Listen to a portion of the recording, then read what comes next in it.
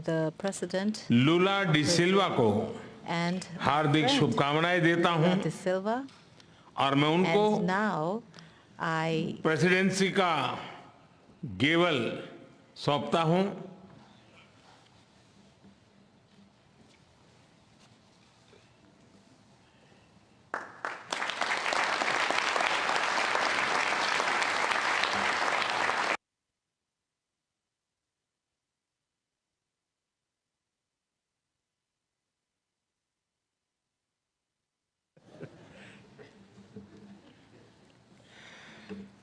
मैं राष्ट्रपति लूला को इस अवसर पर अपने विचार साझा करने के लिए आमंत्रित करता हूं। Bem, primeiro, gostaria de dizer às autoridades aqui presentes, Suas Altezas, aos presidentes, aos primeiros ministros, de que a natureza ela continua dando demonstração de que nós precisamos cuidar dela com muito mais carinho.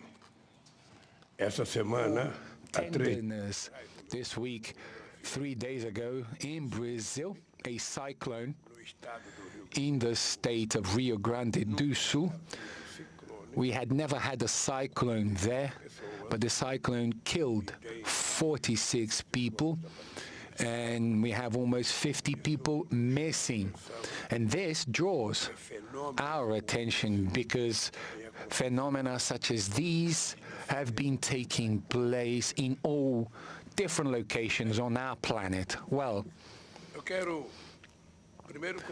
first I would like to congratulate Prime Minister Narendra Modi for the efficient leading of the Indian presidency of the G20 and for the excellent work done in preparing this summit, and also with all the care that he and they gave us in these days that we spent with you. I thank India for its efforts to give voice, for giving voice to the topics of interest to emerging economies. So I would also like to give my salute to our friend, the representative of the African Union, who is a member of G20. Como uma das principais instâncias de governança global na esteira de uma crise que abalou a economia mundial. Nossa atuação conjunta nos permitiu enfrentar os momentos mais críticos, mas foi insuficiente para corrigir. And this was not sufficient to correct the structural defects of neoliberalism. The global financial architecture has changed little, and the foundations of a new economic governance have not been laid. New emergencies emerged. Challenges have accumulated and worsened.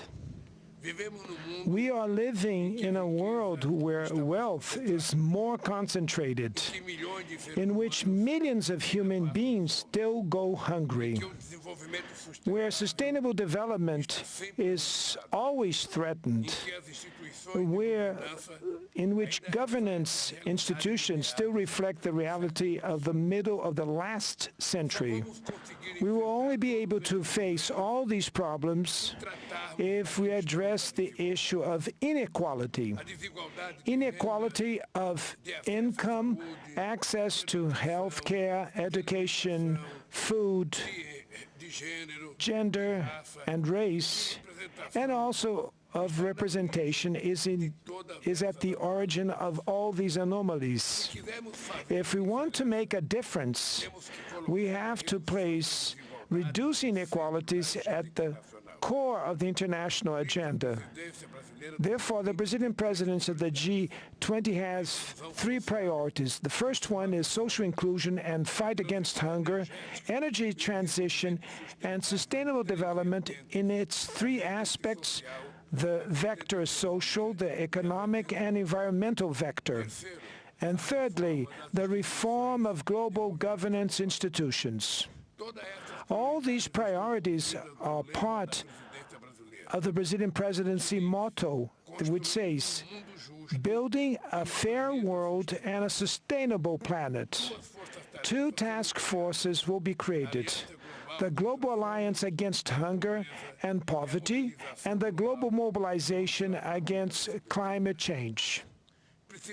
We need to redouble our efforts to achieve the goal of ending world hunger by 2030. Otherwise, we will be facing the biggest multilateral failure in recent years. Acting to fight climate change requires political will and determination from the rulers, as well as resources and technology transfer. We want greater participation of the emerging countries in the decision-making process of the World Bank and the International Monetary Fund. The unbearable foreign debt of the poorest countries needs to be addressed. The WTO must be revitalized and its dispute settlement system must start working again. To regain its political strength, the UN Security Council needs to count on the presence of new developing countries among its permanent and non-permanent members. The international community looks at us with hope because we bring together economies from emerging countries and developed countries in the G20. We represent 80% of the global GDP, 75% of exports, and around 60% of the world's population. To ensure that the G20 acts in an inclusive and coherent manner, Brazil intends to organize work around three general guidelines. First, we will make the political and financial paths work in coordination and in a more integrated way.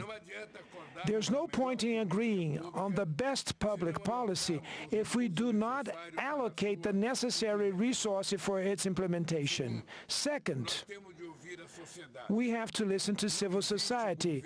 There are no governments without civil society. The Brazilian presidency will ensure that engagement groups have the opportunity to report their conclusions and recommendations to government representatives. Thirdly, we cannot let geopolitical issues hijack the discussion agenda of the various G20 levels. We are not interested in a divided G20. Only through joint action may we face the challenges of our days. We need peace and cooperation instead of conflict. The path that will take us from New Delhi to Rio de Janeiro will require a lot of dedication and commitment from everyone.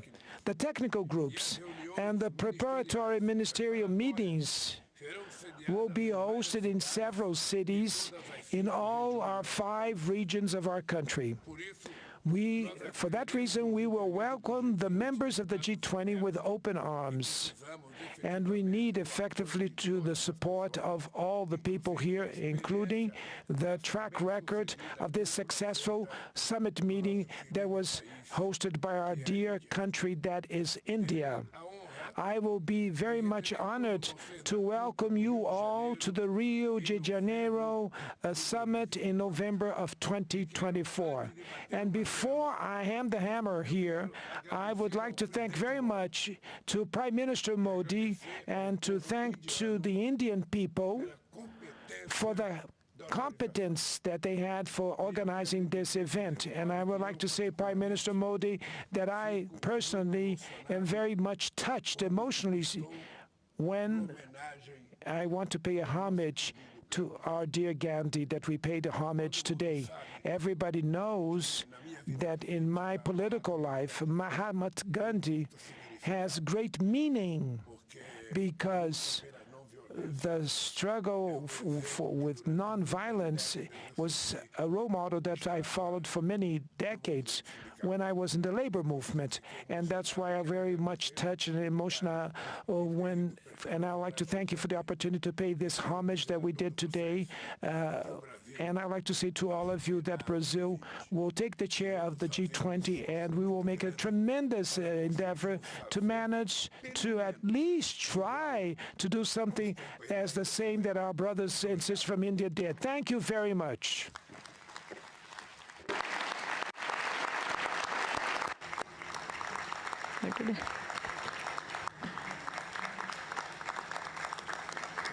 Your Highnesses, Excellencies, जैसा आप सब जानते हैं, भारत के पास नवंबर तक G20 presidency की भी जिम्मेदारी है। अभी 2.5 महीने बाकी हैं। इन 2 दिनों में आप सभी ने अनेक बातें यहाँ रखी हैं, सुझाव दिए हैं, बहुत सारे प्रस्ताव रखे हैं। हमारी ये जिम्मेदारी है कि जो सुझाव आए हैं उनको भी एक बार फिर देखा जाए कि उनकी प्रगति में गति कैसे लाई जा सकती है। मेरा प्रस्ताव है कि हम नवंबर के अंत में G20 का एक वर्चुअल सेशन और रखें। उस सेशन में हम इस समिट के दौरान तय विषयों की समीक्षा कर सकते हैं। इन सब की डिटेल्स हमारी टीम आप सभी के साथ शेयर करेगी।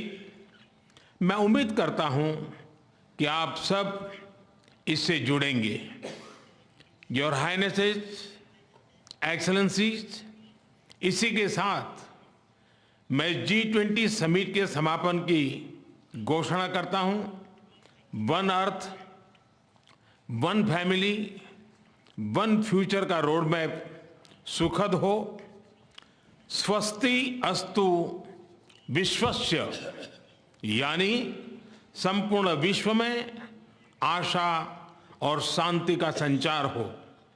140 करोड़ भारतीयों की इसी मंगल कामना के साथ आप सभी का बहुत बहुत धन्यवाद।